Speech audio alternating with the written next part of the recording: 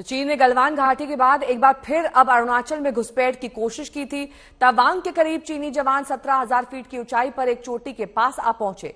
इस दौरान भारतीय जवानों ने उनका डटकर मुकाबला किया और 300 चीनी सैनिकों को उल्टे कदम वापस भेजने पर मजबूर कर दिया। रक्षा मंत्री राजनाथ सिंह ने दोनों सदनों को भारतीय सैनिकों की जाबाजी और चीन की कारस्तानी के बारे में बताया।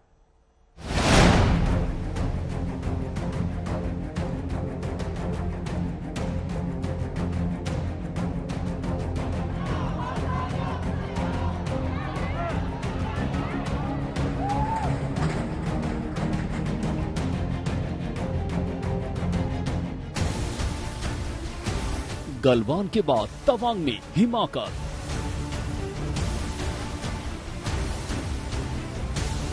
चालाक चीन को मिला मुंह तोड़ जवाब। सरहद पर फिर चीन से टकराव। 300 चीनी सैनिक खदेड़े गए। भारतीय जवानों के शौर्य को देश का सलाम। अरुणाचल प्रदेश के यांगसे इलाके में 9 दिसंबर को एक बार फिर चीन ने हिमाकत की। गलवान जैसी ही घुसपैठ की कोशिश चीनी पीएलए ने की। खबर है कि एक बार फिर चीन ने भारत के साथ विश्वासघात किया। एलएसी पर तवांग के पास 17,000 फीट की ऊंचाई पर भारत चीन के सैनिकों के बीच फिर झड़प हुई है। चीनी सैनिकों के पथराव में 6 भारतीय जवान घायल हुए और गुवाहाटी में इनका इलाज चल रहा है। झड़प के दौरान 15 चीनी सैनिकों के भी घायल होने का दावा किया जा रहा है। सूत्रों के मुताबिक भारतीय सेना ने 300 चीनी सैनिकों को पीछे हटने पर मजबूर किया। चीनी सैनिकों ने अचानक पथराव कर दिया था, लेकिन भारतीय सैनिकों ने मुंह तोड़ जवाब दिया। 9 दिसंबर 2022 को चाइनीज पीएलए ट्रूप्स ने तवांग सेक्टर के यांगसे एरिया में लाइन ऑफ एक्चुअल कंट्रोल पर अतिक्रमण कर स्टेटस को एक तरफा बदलने का प्रयास किया। चाइना के इस प्रयास का हमारी सेना ने दृढ़ता के साथ सामना किया। रक्षा मंत्री राजनाथ सिंह ने कहा कि हमारी सेना ने चीनी सेना को मुंह तोड़ जवाब दिया। हमारा न तो कोई सैनिक शहीद हुआ और न ही किसी सैनिक को गंभीर चोट आई।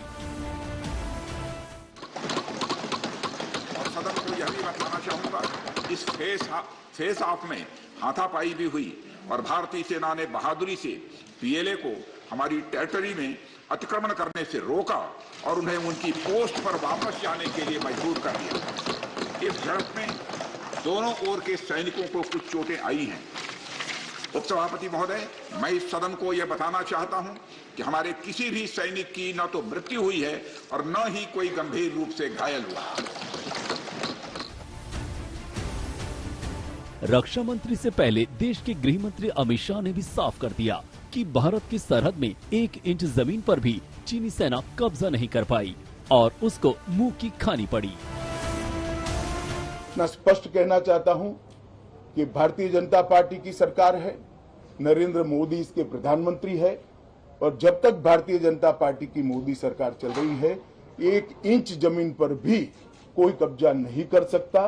कल अपने सेना के जवानों ने जो 8 की देर रात को और 9 की सुबह को जो वीरता दिखाई है, मैं इसकी भूरी भूरी प्रशंसा करता हूं।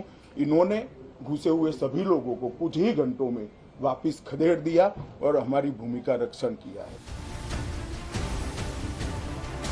हालांकि सेना की तरफ से जारी बयान में जख्मी सैनिकों की संख्या के बारे में कुछ नहीं कहा गया है। प्रेस इन्फॉर्मेशन ब्यूरो की डिफेंस विंग ने जारी अपने बयान में कहा है, अरुणाचल प्रदेश के तवांग सेक्टर से सटे एलएसी के कुछ खास इलाके को लेकर अलग अलग धारणाएं हैं, जहां दोनों पक्ष अपने दावे की सीमा तक क्षेत्र में गश्त करते हैं। 2006 से ये चलन में है।